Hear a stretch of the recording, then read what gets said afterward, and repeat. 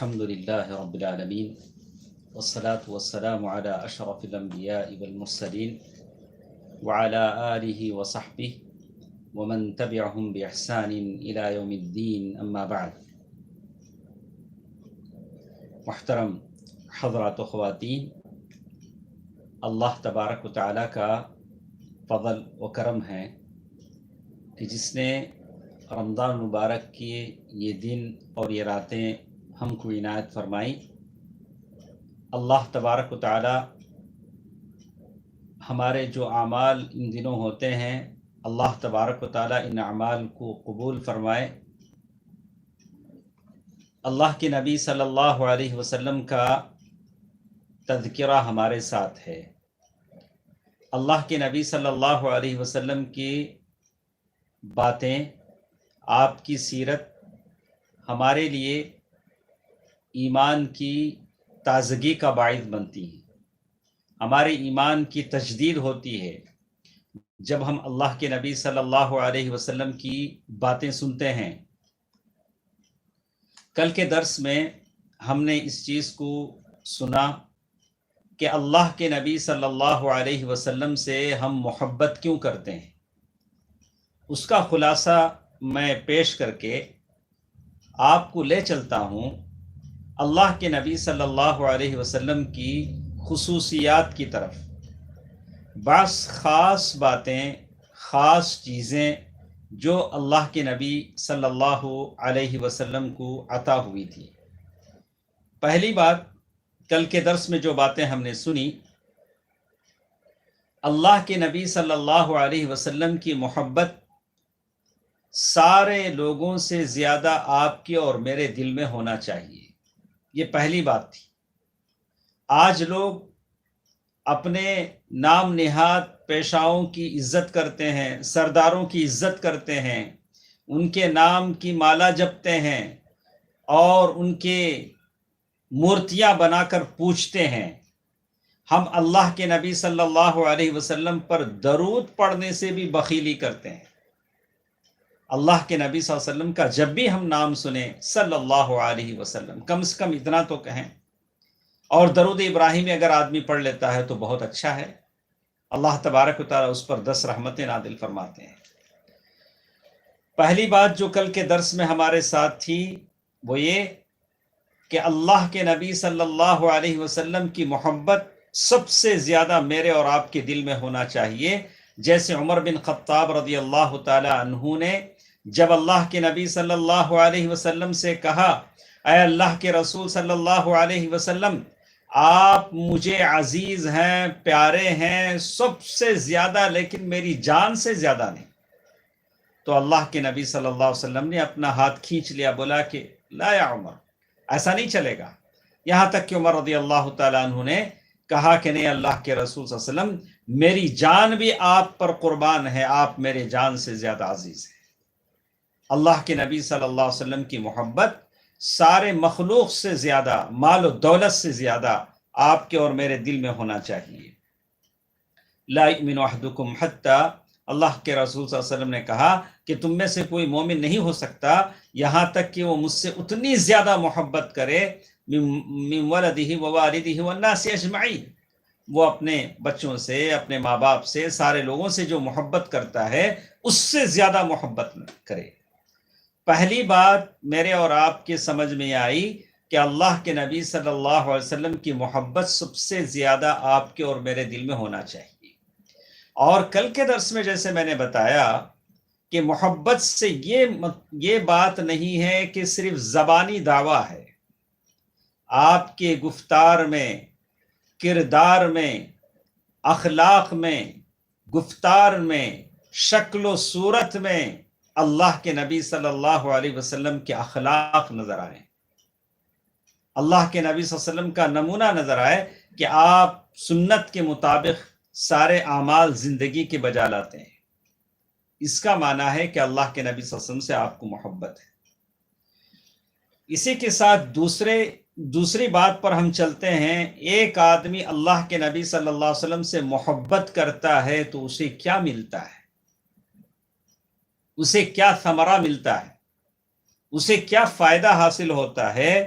تو اللہ تبارک و تعالیٰ نے آیت المحنہ میں کہہ دیا، سورۃ آل عمران آیت نمبر 30 پر ایک، کل کے درس میں ہم نے پڑھا، قل ان کنتم تحبون اللہ فاتبعونی یحببکم اللہ، اللہ کے رسول صلی اللہ علیہ وسلم سے محبت کرو گے تو اللہ تم سے محبت کرے گا۔ اس سے بڑھ کر کیا چاہیے؟ اللہ خالق ارض و سما، جس کے ہاتھ میں زمین و آسمان کے خزانوں کی چابیاں ہیں، جنت جس کی ہے اور جہنم اللہ تبارک و تعالیٰ نے کافروں اور مشرکوں کے لیے بنایا ہے، اللہ تبارک و تعالیٰ ساری کائنات کا مالک ہے، وہ آپ سے محبت کرنے لگے۔ قل ان کنتم تحبون اللہ فاتبعونی یحببکم اللہ، پہلا فائدہ یہ ہوگا کہ اللہ تبارک و تعالیٰ تم سے محبت کریں گے۔ وَيَغْفِرْ لَكُمْ ذُنُوبَكُمْ، تمہارے گناہ بخش دیے جائیں گے۔ کیا آپ نے کبھی آنکھ بند کر کے کبھی ایسے ہی بیٹھ کر سوچا کہ اب تک جتنی سال کی زندگی ہماری گزر چکی ہے، کتنے گناہ ہم نے کیے ہیں، کیسے کیسے گناہ ہم نے کیے ہیں، ہماری زندگی میں کیسے کیسے گناہ ہوئے ہیں؟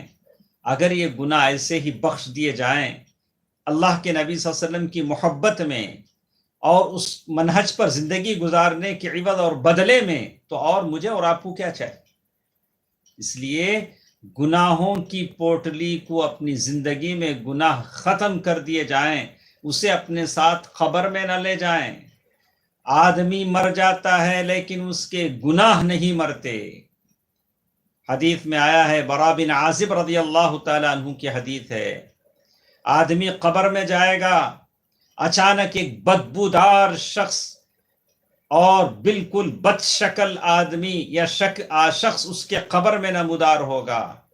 یہ پریشان مدفون قبر میں سویا ہوا کہے گا، اے وہ آنے والے، تو کون ہے؟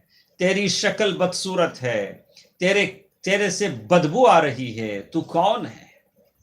تو وہ کہے گا، انا عملک السیء، میں تیرا برا عمل ہوں، میں تیرا برا عمل ہوں۔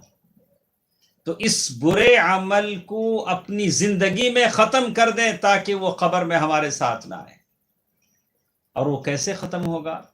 اللہ کے نبی صلی اللہ علیہ وسلم سے آپ محبت کریں۔ یغفر لکم ذنوبکم، اللہ تعالیٰ تمہارے گناہوں کو بخش دے گا۔ اسی طرح دوستو، عزیزوں، ماں اور بہنوں، بچوں، ہر چیز کا مزہ ہم جانتے ہیں۔ کھانوں کا مزہ ہمیں معلوم ہے، میٹھا معلوم ہے، کھارا معلوم ہے۔ ہاں، مسلمانوں کو جتنے مزے معلوم ہیں شاید ہی کسی دوسری قوم کو معلوم، لیکن اللہ کے نبی صلی اللہ علیہ وسلم نے ایک اور مزہ بتلایا ہے، اس مزے کو کہتے ہیں حلاوت الایمان، ایمان کا مزہ۔ کبھی آپ نے چکھا ہے؟ کبھی آپ نے چکھا ہے کہ ایمان کا مزہ کیا ہوتا ہے؟ کبھی آپ نے اس کو محسوس کیا ہے؟ میں نے محسوس کیا ہے کہ ایمان کا مزہ کیا ہوتا ہے۔ کبھی جاننے کی کوشش کی ہے؟ ہم اپنی فرمائشیں کہہ کر کے گھر کی عورتوں سے طرح طرح کے پکوان کی فرمائش کرتے ہیں کہ یہ بنایا جائے، یہ فرمائش ہوتی ہے، وہ فرمائش ہوتی ہے، اللہ نے جن کو وسعتیں دی ہیں۔ لیکن اللہ کے نبی صلی اللہ علیہ وسلم نے فرمایا حلاوت الایمان، ایمان کا ایک مزہ ہوتا ہے، اور وہ مزہ ملتا ہے اللہ کے نبی صلی اللہ علیہ وسلم سے آپ محبت کریں تب۔ اسی طرح حدیث میں بتایا گیا، اگر کوئی آدمی باہر نکلے اور غیر محرم عورت کو دیکھنے سے اپنی نگاہ نیچے کر لے تو اسے بھی ایمان کا مزہ ملتا ہے، حلاوت الایمان، اللہ، اسے محسوس کرنا چاہیے۔ حلاوت الایمان کیا ہوتا ہے؟ ایمان کی مٹھاس کیا ہوتی ہے؟ اور یہ ملتی ہے اللہ کے نبی صلی اللہ علیہ وسلم سے محبت کرنے پر۔ اور اس محبت کا ایک اور فائدہ ہم نے کہا، آخرت میں آپ اللہ کے نبی صلی اللہ علیہ وسلم کے ساتھ رہیں گے۔ اللہ کے نبی صلی اللہ علیہ وسلم نے تو کہا، انا وکافر الیتیم کہاتین، میں اور یتیم کا پالنے والا ان دو انگلیوں کی طرح ہے۔ تو یہ ثمرات ہیں، فوائد ہیں جو اللہ کے نبی صلی اللہ علیہ وسلم سے محبت کرنے پر آپ کو مجھے ملتے ہیں۔ تیسری بات، پہلی بات تو یہ تھی کہ اللہ کے نبی صلی اللہ علیہ وسلم کی محبت سارے لوگوں سے بڑھ کر ہونا چاہیے۔ دوسری بات ہمارے ساتھ یہ تھی کہ اللہ کے نبی صلی اللہ علیہ وسلم سے محبت کریں گے تو کیا ملے گا؟ ہم نے بتا دیا کہ کیا کچھ نہیں ملے گا، گناہ معاف کر دیے جائیں گے، ایمان کا ٹیسٹ مزہ ملے گا، اور پھر اللہ کے نبی صلی اللہ علیہ وسلم کی صحبت ملے گی، دنیا میں نہ صحیح آخرت میں اللہ کے نبی صلی اللہ علیہ وسلم کی مرافقت اور صحبت ملے گی۔ اس سے بڑھ کر کیا چاہیے؟ تیسری چیز، ایک آدمی اللہ کے نبی صلی اللہ علیہ وسلم سے محبت کرتا ہے تو اس کی نشانی کیا ہے؟ کوئی کسی سے محبت کرتا ہے تو اس کے نام کی انگوٹھی پہن لیتا ہے، پیر ہے، مرید ہے، پیر کسی سے بیعت لیتا ہے تو اپنے مشیخت کی ٹوپی دے دیتا ہے، یہ ٹوپی پہنو، اب زندگی بھر وہ ٹوپی پہنتا ہے، یا مالا دے دیتا ہے گلے میں ڈال لیتا ہے، یا ڈوری دیتا ہے کلائی پر باندھ لیتا ہے، یہ کہا کہ یہ ہمارے پیر صاحب نے بنا ہے، یہ ٹوپی ہمارے پیر صاحب نے دیا ہے۔ مرید کو بڑی عقیدت ہوتی ہے، جانا جاتا ہے، پہچانا جاتا ہے کہ یہ فلاں کا مرید ہے، یہ فلاں کا مرید ہے، اس کے سر پہ یہ ٹوپی ہے، اس کا نقش ایسا ہے، اس کی شکل و صورت ایسی ہے۔ اللہ کے نبی صلی اللہ علیہ وسلم سے آپ اور ہم محبت کرتے ہیں تو پھر اللہ کے نبی صلی اللہ علیہ وسلم سے محبت کی نشانی کیا ہوگی؟ آدمی اللہ کے نبی صلی اللہ علیہ وسلم کو دیکھنے کی تڑپ اپنے دل میں رکھے، اس کے لیے جان، مال، دولت ساری، اگر اللہ کے نبی صلی اللہ علیہ وسلم کو دیکھنے کی قیمت چکانی پڑے تو آدمی پیچھے نہ ہٹے، بولے کہ وہ قیمت ہم دینے کے لیے تیار ہے۔ ابو بکر صدیق رضی اللہ تعالی عنہ بہت روئے جب ہجرت کی اجازت ملی، کہا کہ اللہ نے مجھے آپ کے ساتھ ہجرت کی اجازت دی ہے۔ عائشہ رضی اللہ تعالی عنہ فرماتے ہیں کہ اچانک دوپہر کا وقت تھا، اللہ کے رسول صلی اللہ علیہ وسلم ہمارے گھر تشریف لائے تو میں کہنے لگی کہ اس وقت اللہ کے نبی صلی اللہ علیہ وسلم کیسے آئے ہیں؟ تو آتے ہی کہا کہ ابو بکر، ہمارے لیے مدینہ ہجرت کی اجازت ملی ہے۔ اللہ کے نبی صلی اللہ علیہ وسلم اس خوشی پر رونے لگے جب کہا کہ اللہ کے رسول، کیا میں بھی تمہارے ساتھ چلوں گا؟ تو اللہ کے نبی صلی اللہ علیہ وسلم کا ساتھ، اور جب اللہ کے نبی صلی اللہ علیہ وسلم مدینہ آنے والے تھے تو مدینے کے انصار مدینے کے باہر نکل پڑے اور بڑی دیر سے انتظار کرتے تھے، صبح نکلتے تھے، دوپہر دھوپ چڑھنے تک انتظار کرتے تھے کہ اللہ کے رسول صلی اللہ علیہ وسلم مدینہ آنے والے ہیں۔ ایک دن انتظار کیا، واپس چلے گئے، دوسرے دن انتظار کیا، واپس چلے گئے۔ وہاں ایک یہودی تھا جس کا اونچا سا گھر تھا، اس کی نگاہ پہلے اللہ کے نبی صلی اللہ علیہ وسلم پر پڑی، ابو بکر پڑی، دور سے لوگ دونوں آ رہے ہیں۔ یہودی پہچان لیا، کہا ہاذا جدکم، اے دیکھو تو جو تم جس کا انتظار کر رہے ہو تمہارا دادو ہے جو آ رہے ہیں۔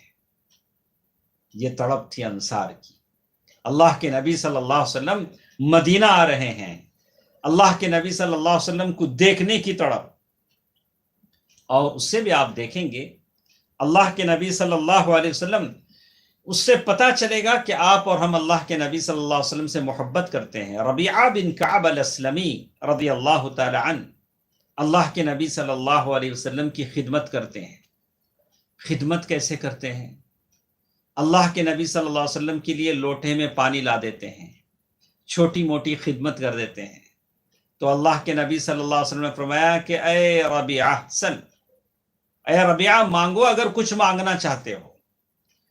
اگر مجھے معلوم ہے کہ نبی کی دعا قبول ہوتی ہے صلی اللہ علیہ وسلم، میرے نبی نے ابو ہریرہ کی ماں کی ہدایت کے لیے دعا کی تو اللہ تعالیٰ نے ہدایت دے دی۔ جابر رضی اللہ تعالی عنہ کے باغیچے میں برکت کی دعا کی تو 3 سال کا پھل ایک ہی سال میں پیدا ہو گیا، اللہ نے اتنی برکت دے دی۔ جابر کی اونٹ کو کوچا لگایا تو اونٹ، بوڑھا اونٹ، بیمار اونٹ دوڑنے لگا۔ اللہ کے نبی صلی اللہ علیہ وسلم کی یہ برکت ہے۔ جب اللہ کے نبی صلی اللہ علیہ وسلم نے یہ بات کہی کہ ربیعہ سوال کرو، کیا سوال کرنا چاہتے ہو؟ تو اگر کوئی دنیا دار آدمی ہوتا تو پتہ نہیں کتنی دنیا کا مانگ لیتا کہ اللہ کے نبی صلی اللہ علیہ وسلم ہے، مجھے آفر کر رہے ہیں کہ میں کسی چیز کی خواہش کروں، اللہ کے نبی صلی اللہ علیہ وسلم دعا کریں اللہ مجھے وہ چیز دے دے۔ اللہ کے نبی صلی اللہ علیہ وسلم سے صحابی نے کہا اے اللہ کے رسول ذرا مجھے وقت دے دیں، ٹائم دے دیں۔ سوچ کے بعد کہا اسألک مرافقتک فی الجنہ، اے اللہ کے رسول صلی اللہ علیہ وسلم جنت میں بھی میں آپ کے ساتھ رہنا چاہتا ہوں۔ اللہ کے نبی صلی اللہ علیہ وسلم فرمایا کہ اس کے علاوہ کچھ اور؟ بولا نہیں اللہ کے رسول صلی اللہ علیہ وسلم مجھے یہی چاہیے، اسألک مرافقتک فی الجنہ۔ تو یہ تڑپ ہے، یہ نشانی ہے، یہ علامت ہے کہ مجھے اللہ کے نبی صلی اللہ علیہ وسلم سے محبت ہے۔ آج معاشرے میں ہم کچھ لوگوں کو دیکھتے ہیں کہ سال میں ایک مرتبہ بڑے دھوم دھام سے میلاد منا دیا اور بولے کہ ہم محبان رسول ہیں، انجمنیں بنائیں، اور بھائی یہ کافی ہے؟ ہماری نمازیں بھلے سنت رسول کے مطابق نہ ہوں، ہمارے چہرے سنت رسول کے مطابق نہ ہوں، ہمارے شادیوں میں ڈھول تاشے بجائے جائیں اور بے حیائی اور بے غیرت کی انتہا ہمارے شادیوں میں ہوں، فضول خرچیاں ہوں، اور جس قوم کے ساتھ ہم جی رہے ہیں اس قوم کو ہم پر انگلیاں اٹھانے کا موقع ملے، اور ہم اتنے عجیب ہماری قسم ہو، ہماری حیات ہو، ہمارے اخلاق ہوں، اور پھر ہم کہیں کہ ہم محب رسول ہیں۔ ہم اسے کیا کہیں؟ میرے نبی نے تو یہ اخلاق نہیں سکھائے تھے، میرے نبی نے زبان پر سچائی سکھائی تھی، میرے نبی نے وعدہ وفائی سکھائی تھی، میرے نبی نے پاکی صفائی کی بات کہی تھی، کہا تھا کہ پاکی صفائی آدھا ایمان ہے، آدھا ایمان ہے۔ یہ ساری تعلیمات میرے نبی کی تھی۔ اگر واقعی ہم ان سنتوں پر عمل کرتے تو یہ قوم ہم پر آج کوئی اعتراض نہیں کر سکتی۔ ہم بادشاہ تھے، ہم نے دنیا کے اکثر حصے پر اسلام پہنچایا تھا، حکومتیں کی تھیں، نہ ہماری حکومتیں جاتی، نہ ہمیں غلاموں کی طرح زندگی بسر کرنے کی نوبت آتی، بلکہ ہم آج بھی حکمراں ہوتے۔ اللہ تبارک و تعالیٰ کا وعدہ ہے آج بھی اگر تم صحیح معنی میں مسلمان بن جاؤ تو میرے خزانے میں کوئی کمی نہیں۔ دوستو، عزیزو، ماں اور بہنوں، مجھے کہنا یہ ہے کہ ربیعہ بن کعب الاسلمی نے اللہ کے رسول صلی اللہ علیہ وسلم کی موافقت چاہی۔ یہ علامت ہے کہ وہ اللہ کے نبی صلی اللہ علیہ وسلم سے محبت کرتے ہیں۔ اور آپ آگے چلے دیکھیں، عمر فاروق رضی اللہ تعالیٰ عنہ شہید محراب فجر کی نماز پڑھا رہے ہیں۔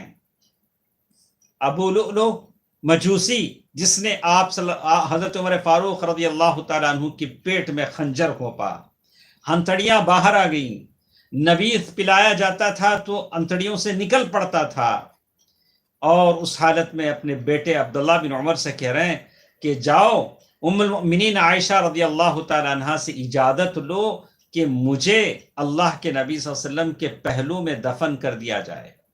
یہ نہ کہنا کہ امیر المؤمنین کہہ رہے ہیں اب میں امیر المؤمنین نہ رہا، یہ کہنا کہ عمر پوچھ رہے ہیں کہ وہ وہاں دفن ہونا چاہتے ہیں۔ زندگی بھر ساتھ رہے، انتقال بھی کر گئے تو یہ سوچ رہے ہیں کہ میں اللہ کے نبی صلی اللہ علیہ وسلم کی جوار میں دفن ہوں، پڑوس میں دفن ہوں۔ اللہ کے نبی صلی اللہ علیہ وسلم جب تک زندہ تھے یہی کہتے تھے، میں اور ابو بکر اور عمر گئے، میں اور ابو بکر اور عمر نے کام کیا، اثبت یا احد پہاڑ پر تینوں مل کر گئے۔ تو یہ محبت کی علامت ہے۔ اتنی محبت تو مجھے اور آپ کو ہونی چاہیے، سنتوں سے ہونی چاہیے کہ اللہ کے نبی صلی اللہ علیہ وسلم کی یہ سنت ہے، معاملات میں، سلوک میں، اخلاق میں، عبادات میں اللہ کے نبی صلی اللہ علیہ وسلم کی سنتوں کو تازہ یا زندہ کرنے کی کوشش کریں۔ اور اسی طرح آپ دیکھیں گے کہ صحابہ کرام نے اللہ کے رسول صلی اللہ علیہ وسلم کی محبت میں جانیں قربان کی، مال قربان کیا۔ اور یہ ہماری چوتھی چیز ہے جس میں کہا کہ صحابہ کرام نے اللہ کے نبی صلی اللہ علیہ وسلم کی محبت میں جان، مال، یہ ساری چیزیں قربان کی۔ جیسے سعد بن ربیع کے بارے میں آتا ہے کہ احد یعنی جنگ کا موقع تھا، احد کی جنگ کا موقع تھا. زید بن ثابت رضی اللہ تعالیٰ عنہ کہتے ہیں کہ اللہ کے نبی صلی اللہ علیہ وسلم نے مجھے بھیجا کہ دیکھو سعد بن ربیع کہاں ہیں، میدان جنگ میں انہیں تلاش کرو، اگر وہ تم کو مل جائے تو میرا سلام ان کو کہنا، اللہ کے نبی صلی اللہ علیہ وسلم کا سلام ہے. زید بن ثابت ڈھونڈ رہے ہیں، سعد بن ربیع رضی اللہ تعالیٰ عنہ پر نگاہ پڑی، زندگی کے آخری سانس لے رہے ہیں. آدمی جب دنیا سے جا رہا ہوتا ہے اسے معلوم ہے کہ چند سیکنڈز میں، چند لمحات میں اس کی روح نکلنے والی ہے، وہ دنیا چھوڑنے والا ہے. تو اس کی کچھ نصیحتیں ہوتی ہیں، کچھ باتیں ہوتی ہیں کہ بیوی کے تعلق سے، بچوں کے تعلق سے، مال کے تعلق سے. اللہ کے نبی کے اس صحابی سعد بن الربیع رضی اللہ تعالیٰ عنہ کو دیکھیے، وہ دنیا سے جاتے ہوئے کہہ رہے ہیں کہ دیکھو انی لاجد، مجھے احد پہاڑ کی طرف سے جنت کی خوشبو آ رہی ہے.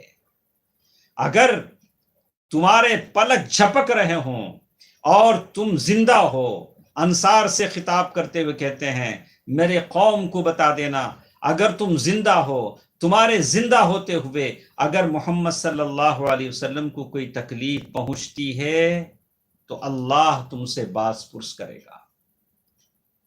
دوستو عزیزو، خاص کر میں متبعین سنت سے کہوں گا، حدیث پر عمل کرنے والوں سے کہوں گا، اگر آج زمین سے حدیث پر عمل ختم ہوتا ہے، نمازیں بے ڈھنگی ہیں، دعائیں بے ڈھنگی ہیں، اور ہمارے اخلاق و عادات میں حدیث کی خوشبو نہیں آتی، تو کیا کل حشر میں ہم اس قابل ہوں گے کہ اللہ کے نبی صلی اللہ علیہ وسلم کو چہرہ بتا سکیں؟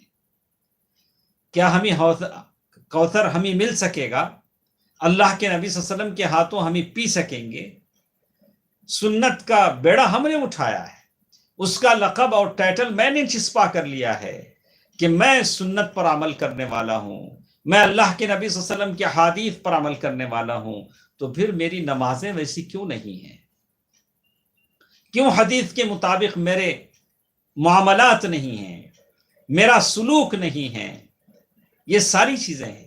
دوستو عزیزو، سعد بن ربیع کو دیکھیے اور کہا کہ اپنی قوم کو نصیحت کر رہے ہیں، اور پھر اسی طرح انہوں نے جان دے دیا.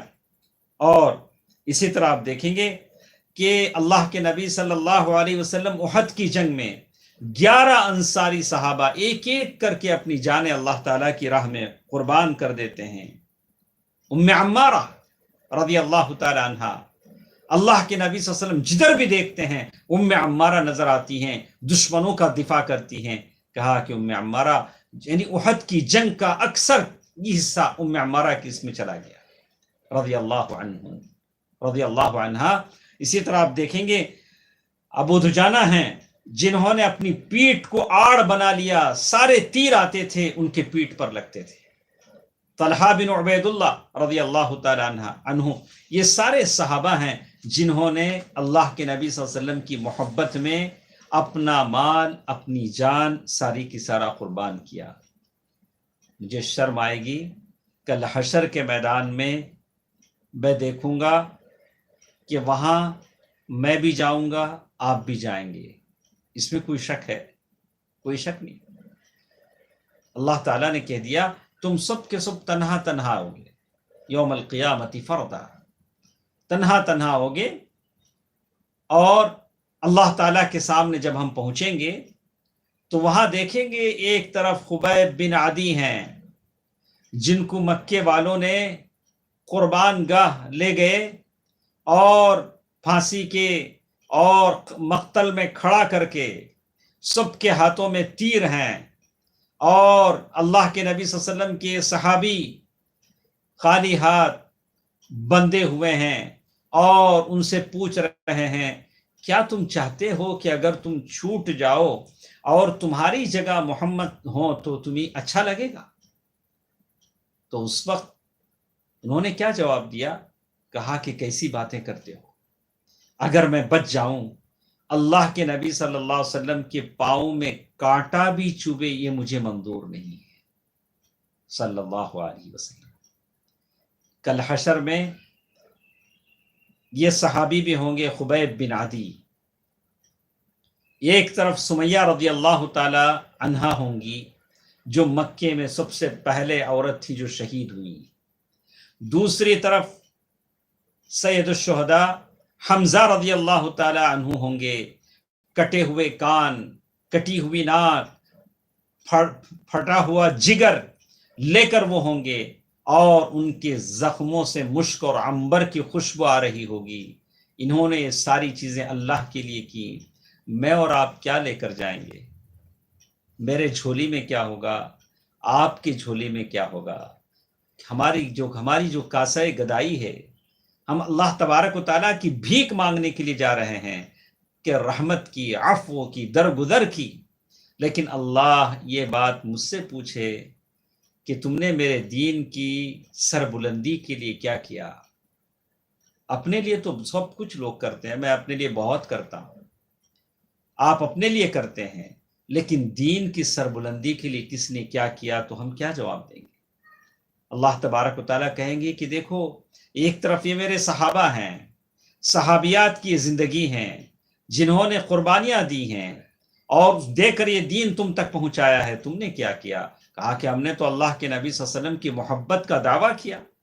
دعویٰ تو بہت کرتے ہیں، تو دیکھیے اسی طرح آپ دیکھیں گے کہ محبت کا یہ مطلب بھی ہوتا ہے کہ اللہ کے نبی صلی اللہ علیہ وسلم سے محبت کا یہ مطلب ہوتا ہے کہ اللہ کے رسول صلی اللہ علیہ وسلم جس بات کا حکم دے اسے کر لیں، اور جس بات سے روک رہے اس سے رک جائیں۔ قرآن نے ہی بات کہی، ما آتاکم الرسول فخذوه وما نهاکم عنہ فانتہوا، اللہ کے نبی صلی اللہ علیہ وسلم جو دے اس پر عمل کرو، جس سے روکنے کو کہیں رک جاؤ۔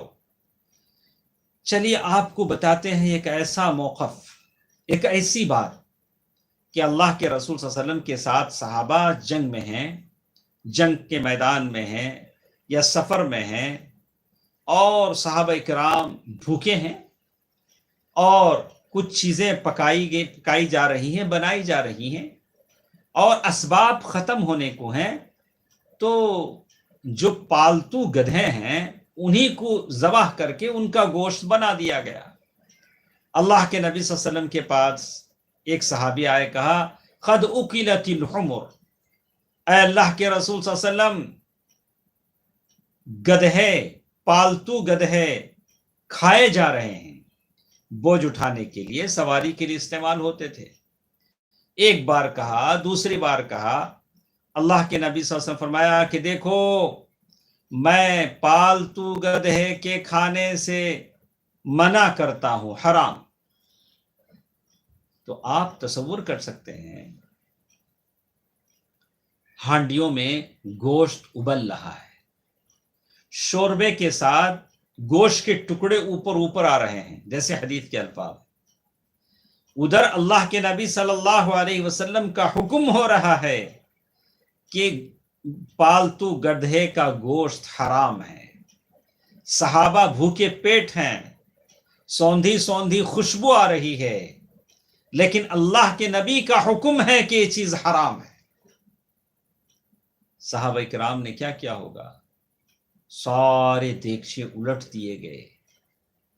ایسا نہیں کہا کہ چلو اس مرتبہ ایڈجسٹ کر لیتے ہیں، ہمارے ہاں لوگ ایسے ہی بولتے ہیں، اس مرتبہ سنبھال لیں گے، آئندہ بار دیکھیں گے، اب پک گیا ہے، بھوکے پیٹ ہیں، اس مرتبہ کر لیں گے۔ صحابہ نے ایسے نہیں کہا، صحابہ نے کہا کہ نبی رحمت کی زبان سے اگر نکلا ہے کہ حرام ہے تو بالکل اسے الٹ دیا جائے۔ سارے برتن الٹ دیے گئے۔ صحابہ اکرام کو بھوک منظور تھی، لیکن اللہ کے نبی صلی اللہ علیہ وسلم کی نافرمانی منظور نہیں تھی۔ یہی بات آپ نے دیکھا اللہ کے نبی صلی اللہ علیہ وسلم کے زمانے میں جب شراب حرام کر دی گئی، بہت سارے صحابہ تھے اس وقت، وہ کہتے ہیں کہ ہم مہمانوں کو شراب پلا رہے تھے، لیکن نبی رحمت کی زبان سے اعلان ہوا کہ شراب حرام کر دی گئی۔ مدینے کی گلیوں میں شراب پانی کی طرح بہنے لگی۔ دوستو، عزیزو، ماں اور بہنوں اور بچوں، مجھے یہ باتیں اس لیے کہنی پڑتی ہیں کہ ہماری زندگیوں میں ایسے کام ہیں، ایسے عادات ہیں، ایسے طور و طریقے ہیں جس کو ہم بدلنا نہیں چاہتے ہیں۔ بڑے بڑے لوگ ہیں، بڑے بڑی شادیاں کرتے ہیں، اگر آپ ان کی شادیوں میں جا کر دیکھیں تو 1% اسلام آپ کو وہاں نہیں ملے گا، لیکن وہ بہت بڑے آدمی ہیں۔ 1% اسلام کا طور و طریقہ وہاں نہیں ملے گا۔ ایک ہی سٹیج پر دونوں موجود رہیں گے اور ایک طرف گانا بجانا بھی چل رہا ہوگا اور بالکل اختلاط بھی ہوگا۔ شادیوں میں، عبادتوں میں، عبادات تو اللہ اللہ، ہماری نمازیں سنت کے مطابق کہاں ہیں؟ ہماری دعائیں سنت کے مطابق کہاں ہیں؟ ہماری شکل و صورتیں، اور پھر ہم دعویٰ ہے کہ اللہ تبارک و تعالیٰ کی نصرت آ جائے، اللہ تبارک و تعالیٰ کی مدد آ جائے، ہم مسلمان شان و شوکت کے ساتھ اس زمین پر چلیں، جئیں، اور ہمیں کوئی غضب نہ پہنچے، کوئی نقصان نہ پہنچے، کوئی ہمارے خلاف زبان نہ کھولے، کوئی ہماری طرف انگلی نہ اٹھائے۔ لیکن ایسا کیسے ہوگا؟ کیسے ہوگا؟ اللہ ہمارے سے ناراض رہے، اللہ سے ہم اپنا تعلق اچھا کر لیں گے تو لوگوں سے تعلق اللہ ہمارا اچھا بنا دیں گے۔ ہم یہ سوچیں کہ اللہ سے ہمارا تعلق بگڑا رہے، لوگوں سے ہمارا تعلق اچھا ہو جائے، تو یہ ہماری غلط فہمی ہے، خام خیالی ہے، اسے چھوڑ دیں۔ اسی طرح آپ دیکھیں گے میرے دوستو عزیزو، ابھی رمضان کا موقع ہے، زکوٰۃ دینے کا مسئلہ ہے، زکوٰۃ دینے کا مسئلہ ہے۔ اللہ کے نبی صلی اللہ علیہ وسلم کے پاس ایک عورت آتی ہے، وہ خاتون، اللہ اس خاتون پر رحم فرمائے، اپنے بچے کے ساتھ آتی ہے، اپنی بچی کے ساتھ آتی ہے، اور اس بچی کے ہاتھ میں بڑے بڑے موٹے موٹے سونے کے کنگن ہیں، بینگلز ہیں، بنگڑیاں ہیں۔ اللہ کے نبی صلی اللہ علیہ وسلم پوچھتے ہیں، یا امت اللہ، اے اللہ کی بندی، ان بنگڑیوں میں زکوٰۃ دیتی ہو؟ اللہ کے نبی صلی اللہ علیہ وسلم پوچھتے ہیں اور اسے بتاتے بھی ہیں کہ اگر زکوٰۃ نہیں دو گی تو اس کا عذاب تمہیں ملے گا۔ وہ اللہ کی بندی اتنا اللہ کے نبی صلی اللہ علیہ وسلم کی نصیحت سے متاثر ہوتی ہیں کہ ان دونوں بنگڑیوں کو نکال کے وہیں رکھ دیتی ہیں اور پوچھتی ہیں، بولتی ہیں، ہما للہ ولرسولی، یہ دونوں بنگڑیاں اللہ اور اس کے رسول کے لیے ہیں۔ زکوٰۃ دینا کہا کہ نہیں، یہ تو اللہ اور اس کے رسول کے لیے دے دیے جائیں یہ بنگڑیاں۔ اللہ اکبر۔ ہم میں سے کتنے ایسے لوگ ہیں، زکوٰۃ دینے کی بات آتی ہے تو سوچتے ہیں نہیں ابھی تو اب تو مسئلہ ہے، بہت سارے ہیں، چیزیں ہیں۔ اللہ کے نبی صلی اللہ علیہ وسلم نے اس عورت سے اتنا کہا کہ کیا تم زکوٰۃ دیتی ہو؟ اب یہ نہیں پوچھا اللہ کے نبی صلی اللہ علیہ وسلم نے اس خاتون سے کہ کیا تمہارے اوپر قرضہ ہے، کیا تمہارے اوپر، یہ ساری باتیں نہیں پوچھی، بولا کہ زکوٰۃ دیتی ہو کہ نہیں دیتی؟ تو اس خاتون کا ایمان دیکھی، اس کو کہتے ہیں محبت۔ اللہ کے نبی صلی اللہ علیہ وسلم سے محبت آدمی کو کیسے ہوتی ہے؟ محبت ہوتی ہے تو کیسے آگے بڑھ کر فوراً اللہ کے رسول صلی اللہ علیہ وسلم کی اطاعت میں آدمی کیسے آگے بڑھتا ہے۔ اور آپ دیکھیں گے اللہ کے نبی صلی اللہ علیہ وسلم جب عورتیں نماز پڑھ کر اللہ کے نبی صلی اللہ علیہ وسلم کے زمانے میں مسجد سے باہر آتی تھیں تو کچھ عورتیں درمیان راستے سے آتی تھیں، تو اللہ کے نبی صلی اللہ علیہ وسلم نے فوراً کہا کہ نہیں، عورتوں کے لیے راستہ درمیانی نہیں ہے، عورتیں کنارے سے چلیں، حافات الطریق۔ تو اور ان عورتوں کے بارے میں کہا کہ عورتیں اتنا کنارے سے چلتی تھیں کہ کہیں ان کے کپڑے پھٹ نہ جائیں دیواروں سے لگ کر۔ یہ اللہ کے رسول صلی اللہ علیہ وسلم کی اطاعت تھی جو وہ خاتون کرتی تھی، اور یہ محبت کی علامت تھی کہ اللہ کے رسول صلی اللہ علیہ وسلم کی محبت کی علامت یہ ہے کہ اللہ کے نبی نے جس بات کو کرنے کو کہا اسے کیا جائے، جس بات سے نہ کرنے کو کہا اس سے رک جائے۔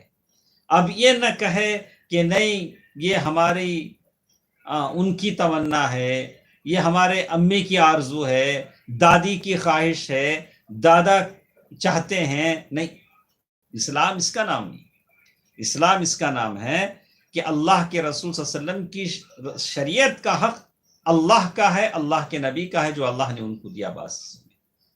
تو اسی لیے کہتے ہیں کہ جو باتیں اللہ اور اس کے رسول نے کہیں اس پر عمل کرے، اور جن چیزوں سے منع کیا گیا اس سے آدمی رک جائے۔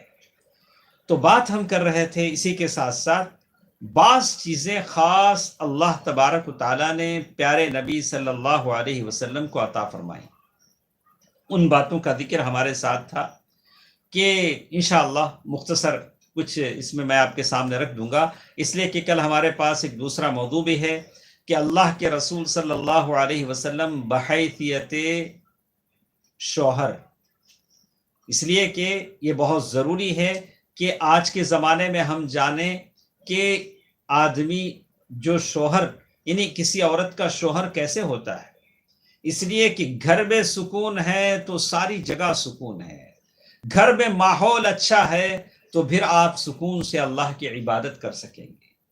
اگر کوئی آدمی اپنی بیوی کے ساتھ اچھا نہیں ہے، بیوی اپنے شوہر کے ساتھ اچھی نہیں ہے، تو گھر کا سکون بگڑے گا تو ساری چیزیں بگڑ جائیں گی۔ دیکھیے اس کے بعد ہم آپ کو بتائیں گے ماں باپ کے بارے میں۔ تو اللہ کے رسول صلی اللہ علیہ وسلم کی خصوصیات میں سے کچھ باتیں مجھے آپ کے سامنے کہنی ہے۔ اللہ کے رسول صلی اللہ علیہ وسلم سے پہلے جو رسول آتے تھے وہ خاص قبائل کی طرف، قبیلوں کی طرف بھیجے جاتے تھے، بنی اسرائیل کی طرف دوسری طرف، لیکن اللہ کے نبی صلی اللہ علیہ وسلم کو سارے جہانوں کے لیے رسول بنا کر بھیجا گیا۔ انی رسول اللہ الیکم جمیعا وما ارسلناک الا رحمۃ للعالمین، میں سارے جہانوں کے لیے تمہیں رسول بنا کر بھیجا گیا ہے۔ اور پھر اللہ کے نبی صلی اللہ علیہ وسلم کو اعزاز دیا گیا، فوقیت دی گئی تمام انبیاء پر، کہا انا سید ولد آدم ولا فخر، اور حمد کا جھنڈا اللہ کے نبی صلی اللہ علیہ وسلم کے ہاتھ میں ہوگا، اور انا اکثر الانبیاء تبعا یوم القیامہ، قیامت کے دن اللہ کے رسول صلی اللہ علیہ وسلم کے پیروکار سب سے زیادہ ہوں گے۔ اور اللہ کے رسول صلی اللہ علیہ وسلم کو سورہ فاتحہ دی گئی، سورہ بقرہ کا تحفہ دیا گیا، اور جو سورہ بقرہ کی آخری آیتیں پڑھے گا اس کی مانگ پوری ہوگی۔ آمن الرسول، وہ آیتوں کی جو تلاوت کرے گا اس کی مانگ پوری ہوگی۔ اور پھر اللہ کے نبی صلی اللہ علیہ وسلم نے فرمایا مجھے کچھ چیزیں دی گئی جو کسی اور کو نہیں دی گئی، اس میں ان چیزوں کا ذکر کیا گیا کہ پہلے لوگوں کے لیے مال غنیمت جائز نہیں تھا، لیکن میرے لیے مال غنیمت حلال ہے، اور پھر ساری زمین میرے لیے پاک صاف کی گئی، آدمی کہیں بھی وقت ہو جائے تو نماز پڑھ سکتا ہے، اور دشمنوں کے دلوں میں ہمارا رعب اور خوف ڈال دیا گیا۔ میں افسوس کے ساتھ کہوں گا کہ آج ہمارا رعب اور خوف دشمنوں کے دلوں میں نہیں رہا، لیکن میرے نبی نے مجھے اور آپ کو ایسا نہیں چھوڑا تھا۔ آج جیسے کچھ دنوں پہلے، کچھ مہینوں پہلے ہم نے دیکھا کہ مسلمان بے کس مجبور جگہ جگہ قتل کیے گئے، ان کو قتل کیا گیا، لیکن اللہ کے نبی صلی اللہ علیہ وسلم کہہ رہے ہیں کہ نہیں، ہمارا خوف اور دبدبہ، رعب ان کے دلوں میں ہونا چاہیے۔ رعب اور دبدبہ ضرور ہے، لیکن اللہ سے ہمارا تعلق مضبوط ہو جائے تو اور خوف اللہ ان کے دلوں میں ڈالے گا۔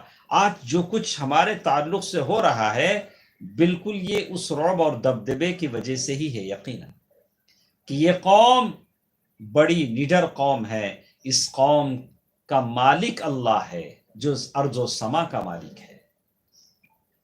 اور اللہ تبارک و تعالیٰ نے پیارے نبی صلی اللہ علیہ وسلم کو قیامت کے دن سفارش کا حق دیا ہے۔ سارے نبی تو کہیں گے نفسی نفسی، نہیں، جاؤ جاؤ ان کے پاس جاؤ۔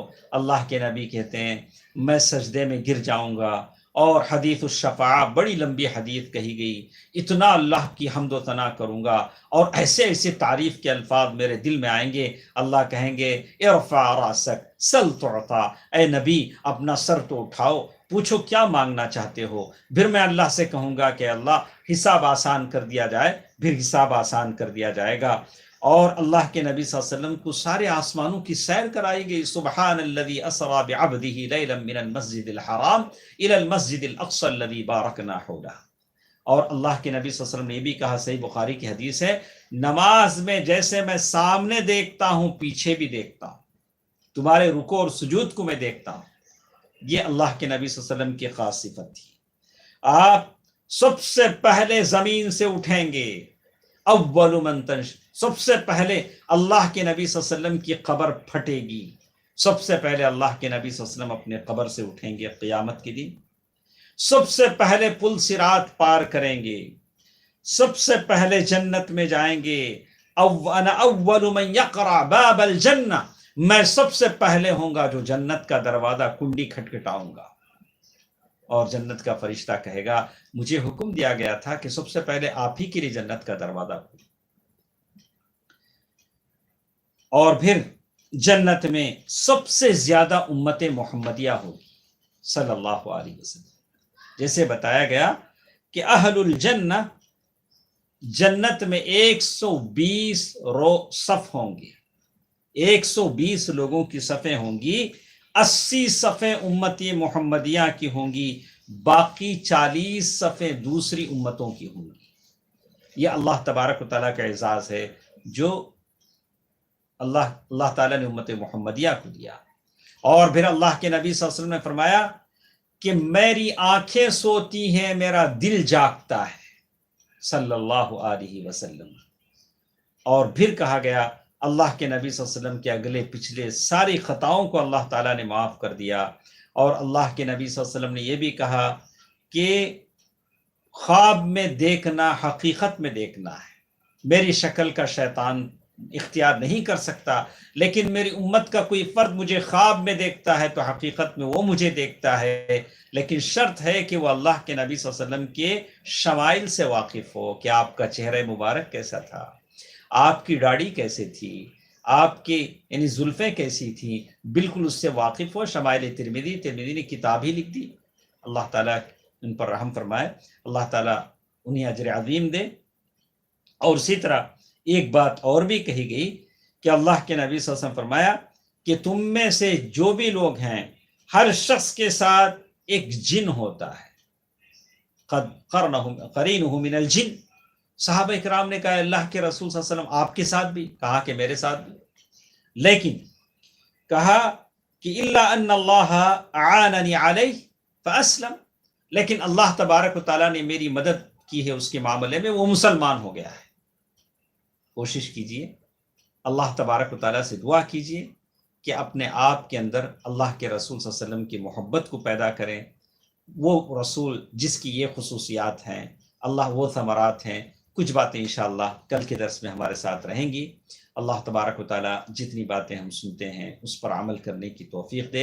اے اللہ پیارے نبی صلی اللہ علیہ وسلم کی محبت کو ہمارے دلوں میں پیدا فرما، ان کی سنت پر عمل کرنے کی توفیق دے، اور وہ منہج اختیار کرنے کی توفیق دے جس پر چل کر ہم کہہ سکیں کہ اے اللہ کے نبی ہم نے آپ کے طریقے کو اپنایا، آپ ہمارے لیے شفاعت کریں، آپ سفارش کریں، اور جنت میں ہمیں اپنے ساتھ رکھیں۔